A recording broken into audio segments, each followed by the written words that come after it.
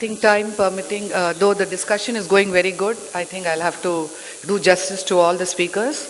So I'll try to show you different case scenarios where each of these topographic situations were dealt in different manners.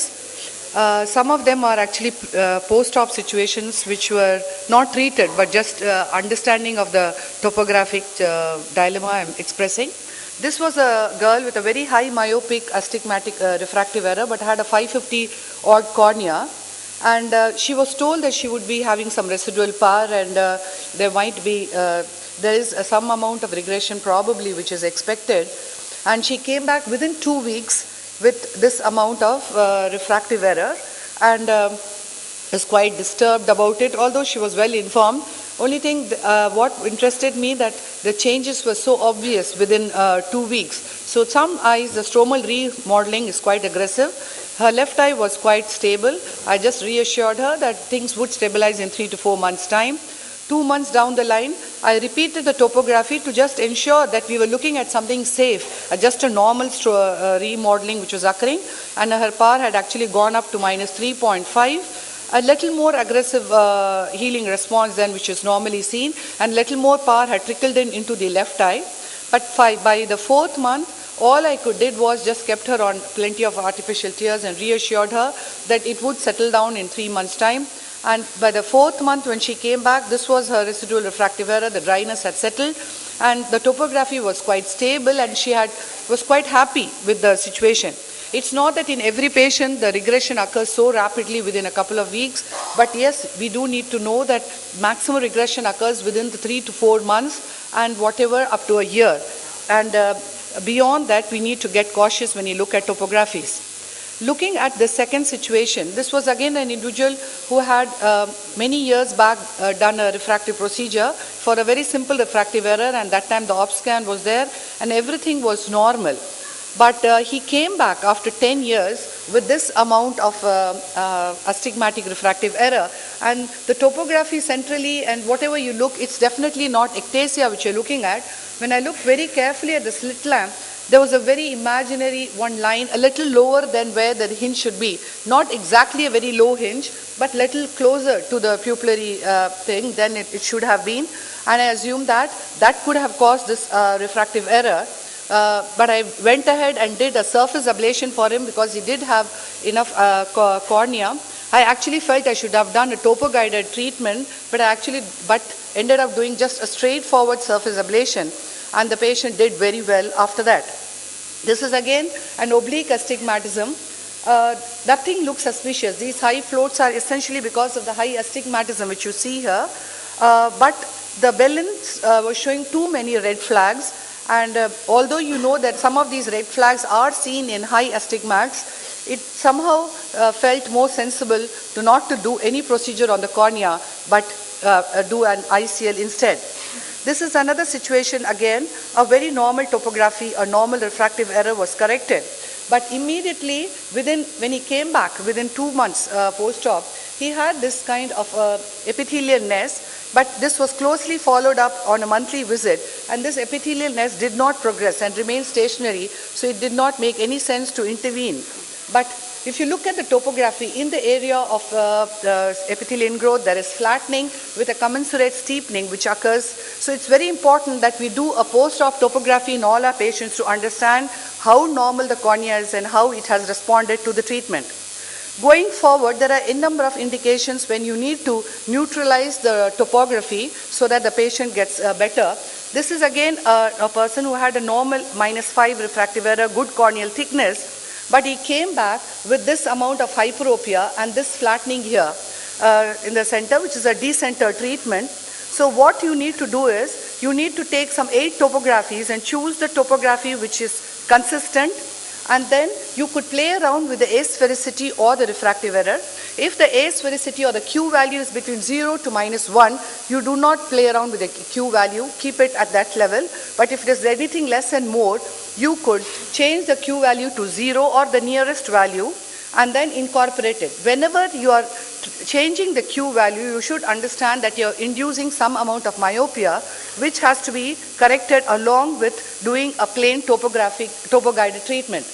So here what I do is enter all the findings, enter that plus 0.50 micron which has to be treated for a surface ablation, that overcorrection which is needed, and then go on to changing the refractive error to 0 initially. But because I have changed the Q value to 0 from 0.75, what I do is go on to this table wherein the 4 is the defocus value and then 312 is a spherical aberration. So you have to keep on increasing the myopia till the C4 or the myopia and the C12 equalizes. And here it was found that at 0.7 you are able to neutralize the Wernicke's coefficients. And to this you add a 0.5 which is needed for the surface ablation, and the patient underwent a correction, and this is how his topography looked. He was quite a happy patient at the end of it. Going on to the next situation, this was a patient again who had a moderate myopia, and I went ahead and did my usual 6 mm optic zone treatment, but he came with lot of glare and night vision difficulty, and I found his mesopic pupil was 6.72. Somehow this was disturbing him a lot, and I look at the post-op topography, I also understand that his optic zones were quite small, which was disturbing him. So I go ahead and do again a topo-guided treatment here. That is, I go ahead and enlarge the optic zone by making it 6.5, and whenever you do a topo-guided treatment, as I had alluded to earlier, if there is a Q value which needs to be changed, you make that small adjustment and any refractive error which needs to be compensated along with it, and the patient came back feeling very happy with his quality of vision. Going on to the other situation, this was again a girl who came back treated elsewhere, but who came back the flap lift and this amount of epithelial ingrowth.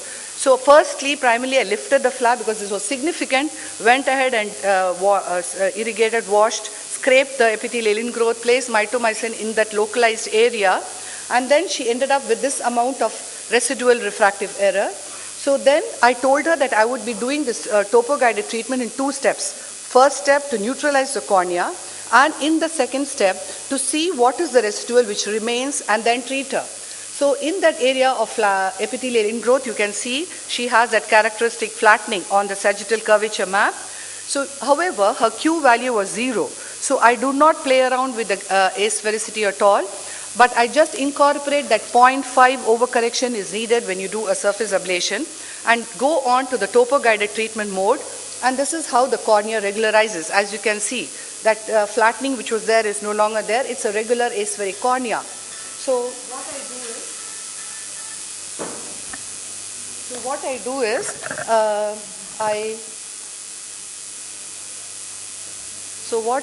is, I tell her that I'm going to give it a wait of 6 weeks and then do a wavefront optimized treatment to correct the refractive error. But surprisingly, what happened that over a period of 2 months, she had some exams or something, and she came back, she only had a 0.75 refractive error and was very happy with the simple topographic regularization which was done, which definitely encouraged me to think that many of these unhappy patients, which may be so rare and few, if you are aggressive and go ahead, understand what exactly your machine offers for the topo-guided treatment and utilize it, you definitely end up with very happy patients.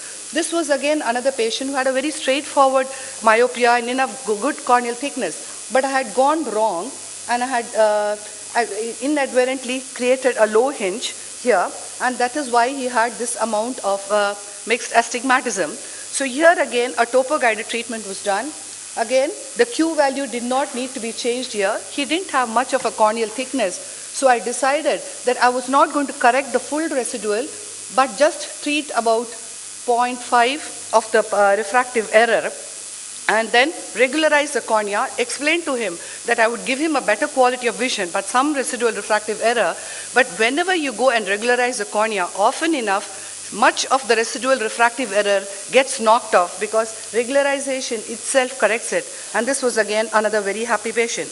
Going on to another case scenario, this was a patient who had done an RK a long time back in 1997 with 4 incisions, and then she came back in 2013 with a significant mixed astigmatism, but the topography otherwise shows a typical topography of its steepening, which is seen in the mid-periphery, the post-RK incision. Here again, her Q value was 0.9, so I had to definitely make adjustments for the Q value and make it 0. And whenever I'm going to make it 0, as I had alluded to earlier, some amount of myopia has to be introduced. So I'm putting both the pre-op and the post-op tables. So the C4 and the C12, you can see the 0 and 1. And as I keep adding on a little myopic refractive error, and I keep looking at the table, the C4 and the C12 get equalized. So that is the end point. And the end point was that I needed to add a minus 1.25 to make up for the Q value being played around with. Over and with the minus 1.25, I add that 0.5 overcorrection for doing a surface ablation and the nomogram correction. So finally, I end up correcting a minus 2 refractive error for this patient. And then you will find that her corneal topography gets more regular. Essentially, she seems to be very happy. But yes, she needs to get the residual refractive error corrected because there is still enough corneal thickness. And surprisingly, she came back after 3 months with this kind of a refractive error. But I continued and went ahead and did a surface correction just for the refractive error. And she ended up with a plano and a very happy patient. And she's been seeing me for the last 2 years. I keep repeating her topography, and she's quite stable with a stable topography. This is the last of my case scenarios. Last of my case scenarios, wherein this patient had a minus 3.5 refractive error, and she had a free flap. So when she had a free flap, although she had been treated under the flap, she had quite a significant myopic astigmatism, and you can see the steepening which is there and the flattening in the opposite axis. So here again, I go ahead and do a topo-guided treatment. There is no change in the Q value. And so it was just a plain and simple topographic neutralization which was done, after which the topography looked much better if you look at the sagittal curvature map. And then in the next sitting, I go ahead and do the refractive correction, and the patient becomes extremely happy. So I would like to summarize saying that it's like a mathematical equation, how much you treat. In some, you don't change the Q value at all and just regularize the cornea. In some, based on the amount of corneal thickness is there, you treat just a little bit of the refractive error and regularize the cornea. And if the Q value is between 0 and minus 1, there is no need to do anything with the Q value. Just enter it at 0 and just do the minimal refractive correction. But when you do it on a topo-guided mode, it essentially makes an irregular cornea more symmetrical and spherical. So it could be done as a one-step approach or a two-step approach. Essentially, you want to see that the best fit sphere sits properly on the newly planned topography. And in some, when the corneal thickness is less, you may be doing just a part treatment, essentially regularizing the cornea and a little bit of the refractive error, and not plan a two-set treatment. However, although in some the results may be unpredictable, you are not able to employ the same strategy in every case as you would do in a routine laser vision correction. You do need to tweak your values a little to titrate and tailor make it. You do promise your patient that you're not going to correct all the refractive error which he is stuck with, but definitely every single patient of ours has done very well, because what you are essentially doing is to improve the quality of vision which has got distorted because of an irregular topography. So the take-home message is, let us all go back and understand our topography and try to do as much to give a better quality of vision to each of these patients. Thank you.